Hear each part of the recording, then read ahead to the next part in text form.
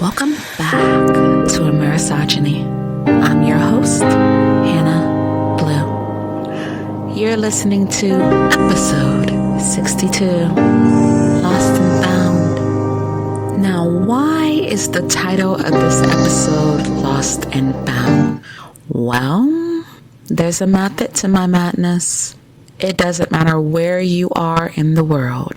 Your language has a translation for lost and found. Yet, how do they tie into mental health? Well, we're going to break it down. Traveling around the world and unwrapping stories like a bow. It's what we do best. Listeners, get your tickets ready and let's fly to our first stop, Eastern Spain. In the province of Valencia, there's an archaeological site called the Cova Negra. At the Cova Negra site, a fossil was found, and scientists say it represents the earliest known proof of Down syndrome. What's most important? The scientists say the fossil may be proof that Neanderthals, who lived thousands of years ago, had the ability to show compassion as they cared for a small child, possibly 6 years old, with Down syndrome. The sex of the child is unknown, but researchers named it Tina. The fossil is a fragment of the right temporal bone, and if you don't know what the temporal bones are, they help form the sides and base of the skull, protecting the brain and surrounding the ear canal. An assortment of inner ear abnormalities is only found in people with Down syndrome. Now, the fossil was found in 1989, but it's just now going viral. And according to researchers, the fossil sheds some light as to how Neanderthals cared for each other. According to paleoanthropologist Mercedes Conde Valverde, the pathology which this individual suffered resulted in highly disabling symptoms, including, at the very least, complete deafness, severe vertigo attacks, and an inability to maintain balance. Conde Valverde represents the University of Alcalá in Spain, and she wrote a study that was published in the Journal of Science Advances. Conde Valverde says, given these symptoms, it is highly unlikely that the mother alone could have provided all the necessary care while also attending to her own needs. Therefore, for Tina to have survived for at least 6 years, the group must have continuously assisted the mother, either by relieving her in the care of the child, helping her with daily tasks, or both. Now, they don't know how old the fossil is, but it was concluded that Neanderthals lived at the Cova Negra site between 273,000 and 146,000 years ago. According to research, Neanderthals were intelligent and created art and used complex group hunting methods. Scientists believe Neanderthals disappeared soon after Homo sapiens came on the scene. Now, what is the correlation to mental health? Here it is. According to Mercedes, for decades, it has been known that Neanderthals cared for and looked after their vulnerable companions. However, all known cases of care involved adult individuals, leading some scientists to believe that this behavior was not genuine altruism, but merely an exchange of assistance between equals. Today for you, tomorrow for me.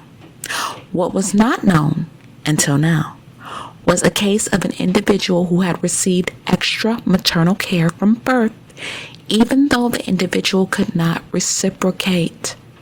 The discovery of the Cova Negra fossil supports the existence of true altruism among Neanderthals. A co-author of the study, Valentin Villaverde, agrees with Mercedes. According to Villaverde, the survival of the child beyond the period of breastfeeding implies group caregiving, probably more extended than parental caregiving, typical of a highly collaborative social context among members of the group.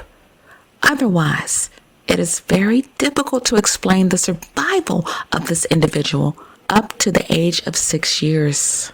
Mercedes says the discovery of Tina represents the oldest known case of Down syndrome and demonstrates that the diversity observed in modern humans was already present in prehistoric times.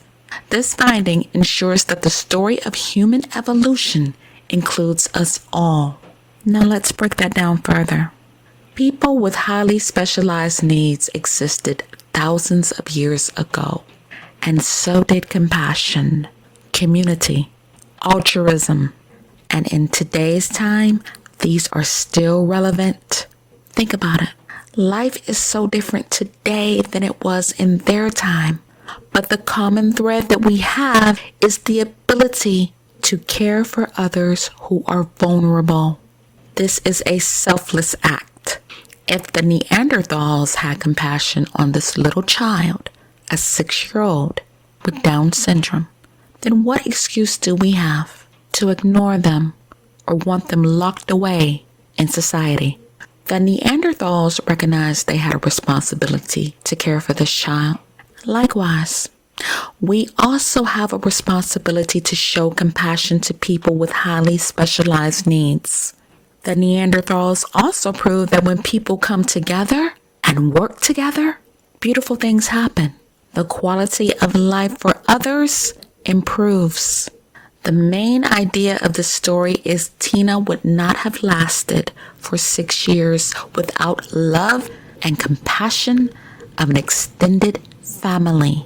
It doesn't matter if these people were related to her by blood or not. Tina's mother had a community that gave her love and support. They didn't have iPhones or fancy cars, Jordans, or 6-figure salaries. They had compassion, which resulted in the survival of this 6-year-old child. They didn't let go of Tina or its mother. And that's what I told you in episode 58. Don't let go of your loved ones. Don't allow them to be locked away in modern-day asylums for the convenience of politicians. We have zero excuse to avoid walking in their footsteps. Our next stop, Alala, Washington, USA. Now this story is a horse of a different color. It shows what happens when caregiving goes wrong. It's a story of greed, callousness, and sheer evil. It is the story of Dr. Linda Hazard. This happened in the 1910s when Dr. Hazard went on trial for killing patients who trusted her. Now, I don't know what Washington was thinking giving this woman a license. She had very little training and no medical degree. But still, she was licensed as a fasting specialist. There was no method to her madness. It was sheer insanity. She believed food was the root of all disease, specifically if you ate too much of it. In 1908, she wrote a book and published it. It was called Fasting for the Cure of Disease. And she wrote, the path to true health was to periodically let the digestive system rest through near total fast of days or more. And here's how she did her fast. Patients had only small servings of vegetable broth and were subjected to daily enemas and massages that nurses said sometimes sounded more like beatings. To me, this sounds crazy, but people lined up for it, such as Daisy Maud Haglund. She was a Norwegian immigrant, and she died in 1908 after fasting for 50 days under Hazard's care. She was a mother to a 3-year-old son, Ivar. 2 more patients of Dr. Hazard were Claire and Dora Williamson. Their father was a wealthy English army officer. The locals called Hazard's Institute Starvation Heights. Now that's petty, but true. The sisters were staying at the Empress Hotel in Victoria, British Columbia, when they saw an ad for Hazard's book. The sisters wanted to improve their health. They had given up meat and corsets, and when they read about what Hazard was doing, they were excited to experience what Claire called Hazard's most beautiful treatment. The women traveled to Seattle in February 1911, but after signing up for treatment, they were told the sanitarium in Olalla wasn't ready. Hazard settled them into an apartment on Seattle's Capitol Hill and began the treatment. The women were given a broth made from canned tomatoes twice a day and no more. She gave them enemas that lasted for hours in a bathtub, and the girls began to faint during their treatment. In only 2 months, the women weighed 70 pounds. Now, they never told their family where they were going, but their childhood nurse, Margaret Conway, received a mysterious cable, and it caused her to make a trip to go see them. Linda Hazard was a snake, and so was her husband. Samuel Hazard was an ex-Army lieutenant who had gone to jail for bigamy after marrying Linda. He met Margaret in Vancouver and told her Claire was dead. They claimed drugs given to Claire in childhood shrunk her internal organs and caused cirrhosis of the liver. Claire had been too far gone for their beautiful treatment to save her. Now, Margaret Conway was no doctor, but she knew something was sneaky about the couple. When she saw Claire's body, the hands, facial shape, and color of the hair looked wrong to her. She arrived in Olalla to see that Dora weighed only 50 pounds. But although Dora was starving to death, she didn't want to leave Olalla, and it got worse. Dr. Hazard had been appointed the executor of Claire's estate and Dora's guardian for life. Dora had also signed over a power of attorney to Samuel Hazard. And what did the dastardly doctor and her trash husband do? They took Claire's clothes, household goods, and jewelry that belonged to the sisters, diamonds, sapphires, and other jewels, estimated to be worth $6,000. Dr. Hazard was shameless. She drafted a report about Dora's mental state and gave it to Margaret while wearing one of Claire's robes. Margaret tried to convince Dr. Hazard to release Dora, but she was a servant, and she was intimidated by Dr. Hazard. So she called an uncle of the sisters, John Herbert, to free Dora. He had to pay Hazard almost $1,000 to let Dora leave. Lucian Agassiz, the British vice consul, stepped in, and subsequently, Hazard went on trial for murder. Herbert and Agassiz started investigating Hazard and found she was connected to the deaths of several other rich people. Many had signed over large portions of their estates to her before they died. One was a former state legislator, Louis E. Radar. He owned the property where her sanitarium was located. Its original name was Wilderness Heights. When police tried to question him, he was moved to an undisclosed location and later died in 1911. Another British patient, John Ivan Flux, had come to America to buy a ranch.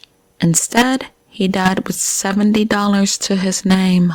Another man from New Zealand, Eugene Wakeland, was reported to have shot himself while fasting under Hazard's care. After Hazard was appointed a minister of his estate, she drained it dry. It was said under Hazard's care, at least a dozen or more people starved to death. On August 15, 1911, Hazard was arrested on charges of first-degree murder for starving Claire Williamson to death. Servants and nurses testified how the sisters had cried out in pain during their treatments, suffered through enemas lasting for hours, and endured baths that scalded at the touch. The prosecution accused Hazard of financial starvation as well, forged checks, letters, and other fraud that had emptied the Williamson estate. And rumor had it that Hazard conspired with the Butterworth mortuary and switched Claire's body with a healthier one so no one could see how bad Claire looked when she died. Hazard took no accountability for the death of Claire or any of her other patients. According to Hazard, if you died during a fast, you had something that was going to kill you anyway. What a cold-hearted monster. She felt she was being attacked because she was successful, and there was a battle between conventional medicine and more natural methods. Would you believe others agreed with her and offered her support?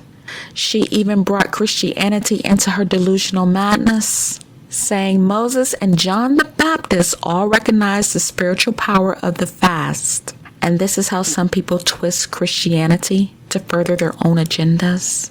A lot of people are very good at that. But the jury was having none of her nonsense.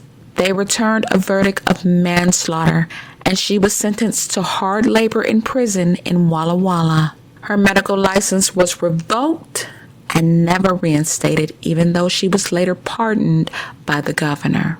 She served only 2 years before moving to New Zealand, and in 1920 she returned to Alala to finally build the sanitarium of her dreams, calling the building a school for health. Well, in 1935 it burned to the ground. 3 years later, Hazard was in her early 70s. She got sick and underwent a fast of her own. Now, of course, it didn't work, and she died. This is what happens when compassion goes out the window and greed takes front and center. Now, how does this relate to mental health? Linda Hazard was evil, but very intelligent. She knew food is a motivator for people. It makes you feel good. The sight and taste of it creates endorphins and feelings of comfort. But food also provides mental clarity. When you don't eat well, you can't think properly. She knew that. So she starved her patients, created a dependency on her because she wanted them to sign over their wealth to her. These people really believed she had the power to cure them, when in fact, she was killing them. Well, Dr. Linda Hazard isn't running this podcast, so let's talk about some food. Inflation is still in the lead, folks, and some people are griping about the price of fast food. McDonald's $5 meal deal went on sale yesterday. And what can you get? A McDouble or a McChicken, 4-piece chicken nuggets, small fries, and a small soft drink. As much as people love McDonald's, this is a win-win for them and their customers. But some people think fast food is overrated. 7 burgers made the list of being overhyped and overliked. I'm just putting this out there. This is not my opinion at all. I didn't write this article, so don't come for me, okay? At number 1 is McDonald's Big Mac. It's being said there's more bun that completely drowns out the paper-thin patties. The quality of the beef is a joke. The cheese is never melted. The lettuce is wilted and brown around the edges. And the burger tastes like the bland Big Mac sauce. Wow. Okay. Number 2, Burger King's Whopper. According to the article, they don't know a single person who actually chooses to eat there, and they bet you don't either. They question, how does Burger King stay in business? According to the article, the Whopper is dry and flavorless with sad-looking vegetables and is often poorly made. In their words, Burger King just needs to give up. Again, these are not my views. Number 3, Five Guys cheeseburger. According to the article, the cheeseburger is not worth $12. The burgers are smashed flat with beat-up buns. And the article says the burgers haven't been worth the price since the early 2000s. Ouch. Number 4, White Castle sliders. The article says the burger is a soggy, wet mess. And it also says, for the love of all things holy, brown up that meat, toast those buns, and then maybe you'd have an acceptable burger from White Castle. Coming up at number 5 is Arby's Burger.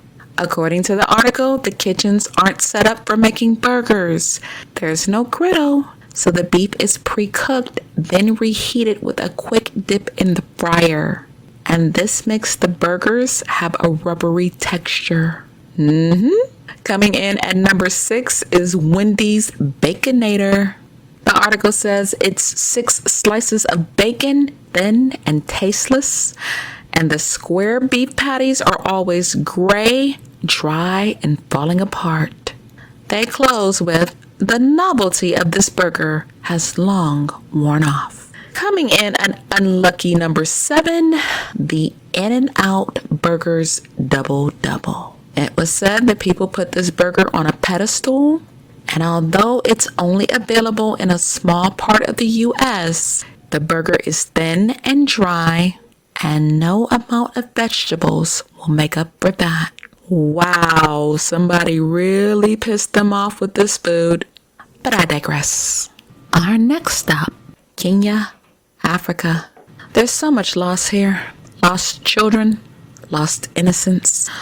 But what I find inspiring is the found part of it. The women have found their voices and the courage to stand up and make the men who violated them take accountability for their actions. For several decades, allegedly, hundreds of women were raped by British troops, and this was during training stints in Kenya. As a result, dozens of mixed-race kids are still being born, and their mothers are struggling to take care of them. According to the Kenya National Commission on Human Rights, the British soldiers aren't being held accountable by their government. Remember in a previous episode, I told you about Korean female rape victims. They were called comfort women, and they were violated by Japanese soldiers during World War II. According to Marion Matugi, these children really deserve British citizenship.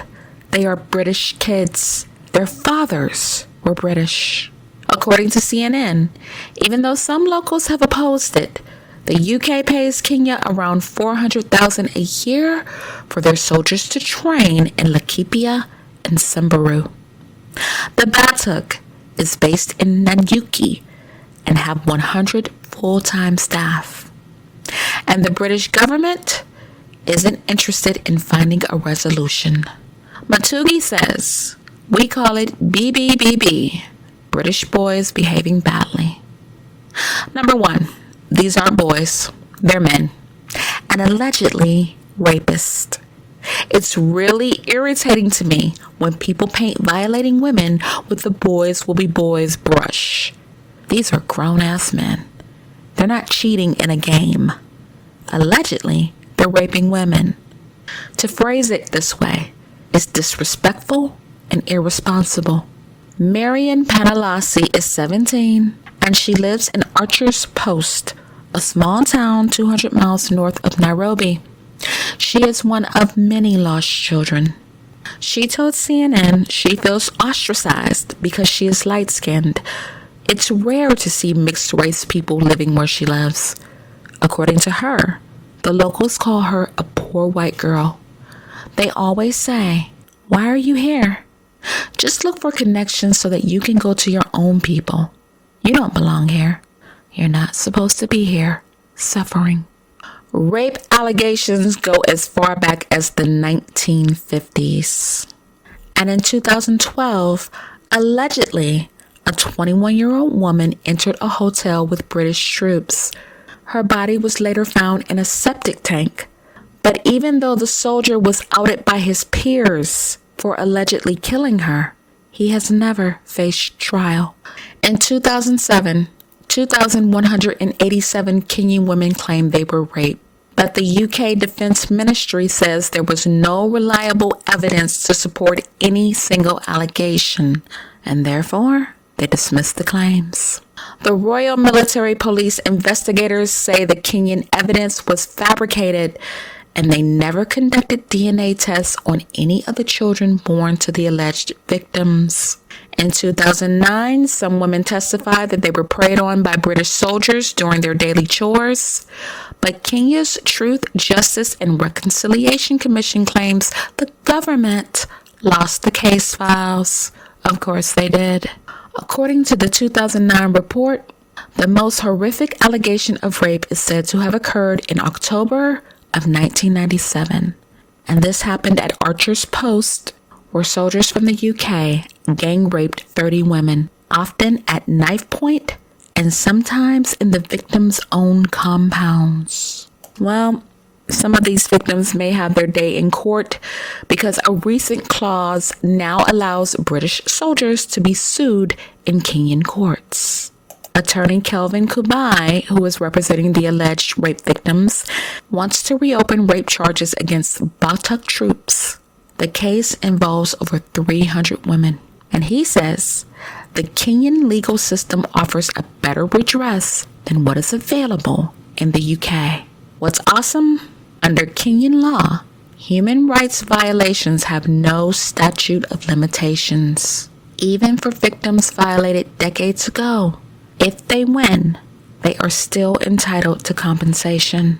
Kubai told CNN, "It is traumatic and psychologically disturbing to people to continue to see the British training amidst them with all these unresolved trauma and historical injustices. We can win because we have a very progressive constitution."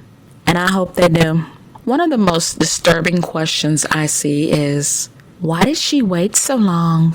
There is never a time limit for a victim to come forward and say that she was violated.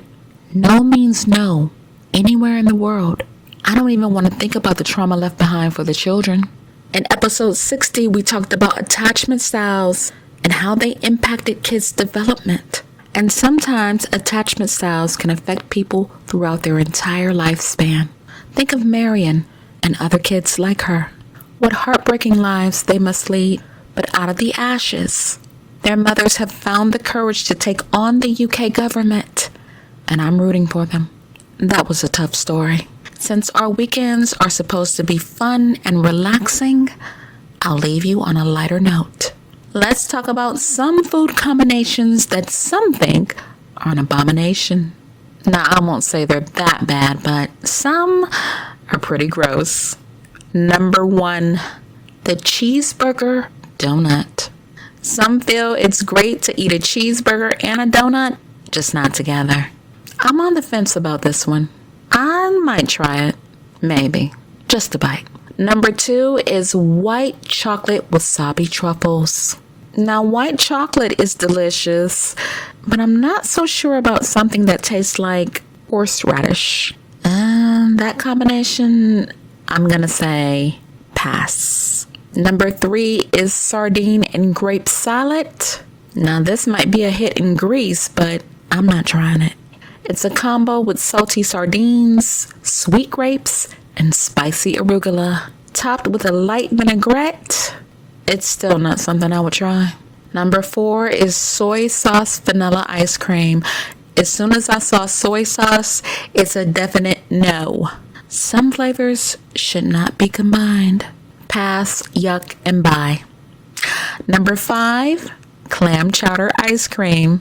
I take it back. Now that is an abomination. Clams, potatoes, and celery blended with ice cream and molded into a popsicle. You can keep that. But hey, it might work for some, just not for me. And finally, we have Kool-Aid pickles. Again, I like Kool-Aid and I like pickles. But adding pickle juice inside Kool-Aid? And that's all for our nasty, asty food combinations, people. I think we've had quite enough of that. Our last stop, South Korea. When I tell you I am cheering all the way from USA for South Korea, I am. Because South Korea has finally found the light. As it pertains to mental health, that is. Their president, Yoon Suk-yool, is dedicated to expanding state support and changing the general perception towards mental illness in Seoul. Now, if you know anything about South Korea, there is a huge stigma regarding mental health. As of now, no young people ages 20 to 34 under South Korean rules can get mental health checkups more than once every 10 years through the National Health Insurance Service. Well, that's going to change. The government is going to expand the state budget to address people's mental health starting next year. The state support package is estimated to cost roughly 300 billion won, which in the US is $215.7 million. Yoon said social stigma towards people with mental illness is the biggest obstacle in their treatment, and creating an understanding that those living with mental illnesses can receive treatment and do not pose a threat to others. And this will become a national priority through the end of his tenure in 2027. Go South Korea. This is excellent news. And here's more. At least 1 million South Koreans would have access to mental health counseling services beginning in July. Yoon's goal is to fulfill the 1 million mark until his 5-year term ends in 2027. Every citizen who needs mental health treatment would receive 8 counseling sessions, and they'll be partially or entirely reimbursed by the state depending on the person's income level. His office estimates at least 80,000 people will be using counseling services by the end of the year, and up to 500,000 people will gain access by 2027. According to Yoon, the counseling services are aimed at preventing mental health struggles caused by a highly competitive society. Also, starting in January of next year, young adults will be eligible for state-backed mental health checkups every 2 years. They are also looking to add 1 center and hire more crisis counselors for its national suicide prevention hotline. And they need it. The suicide rate is so high over there. And I'm so happy and relieved that people who need mental health treatment are finally going to get it. Yoon said, many citizens are suffering from depression and anxiety because of excessive competition in the society. Early detection of mental illness is important. He's also looking to increase mental health emergency medical centers and the number of hospital beds inside the centers. They're going to build more mental rehabilitation facilities across the country, and 50 new houses will be provided for those needing mental health care. Seoul hopes the renewed plan will help cut the national suicide rate in half by 2030, and here's why it's important. South Korea alone has had the highest suicide rate among 38 nations for almost 20 years. That's a long time. How many K-pop stars have they lost to suicide? How many Korean actors and actresses? Far too many. In 2022 alone, South Korea recorded 25.2 deaths per 100,000 people. South Korea's life satisfaction level ranked 35th out of 38 nations between 2020 and 2022. I can't tell you how long we've waited for mental health to be addressed in South Korea. Finally, it's happening. This is a huge win for the people of South Korea. Everyone, all across the world, deserves mental health treatment. I agree with their president. Social stigma is the enemy, and it doesn't help people who need proper mental health treatment. We have opened and closed this episode on a good note, with one word summing up the name of the game: compassion. People, I could sit here and talk to you all day, but I'm out of time. If you enjoyed today's episode, feel free to follow me. By now you know where. Podbean, Samsung, Spotify, Apple Podcasts, iHeartRadio, YouTube Music, and more. The weekend is here, folks, so I want you to be good to yourselves. Before I go, I want to give a special shout out to the new countries that have joined our Amerisogyny podcast. Hello and welcome to Bangladesh, Romania, Israel, Monaco, Somalia, Turkey, and Slovakia. Welcome, friends, and thank you for listening to the Amerisogyny podcast. Make sure you tune in every week, because I'll be back with more stories. Be easy, have a good weekend, take care of yourselves, and as always, God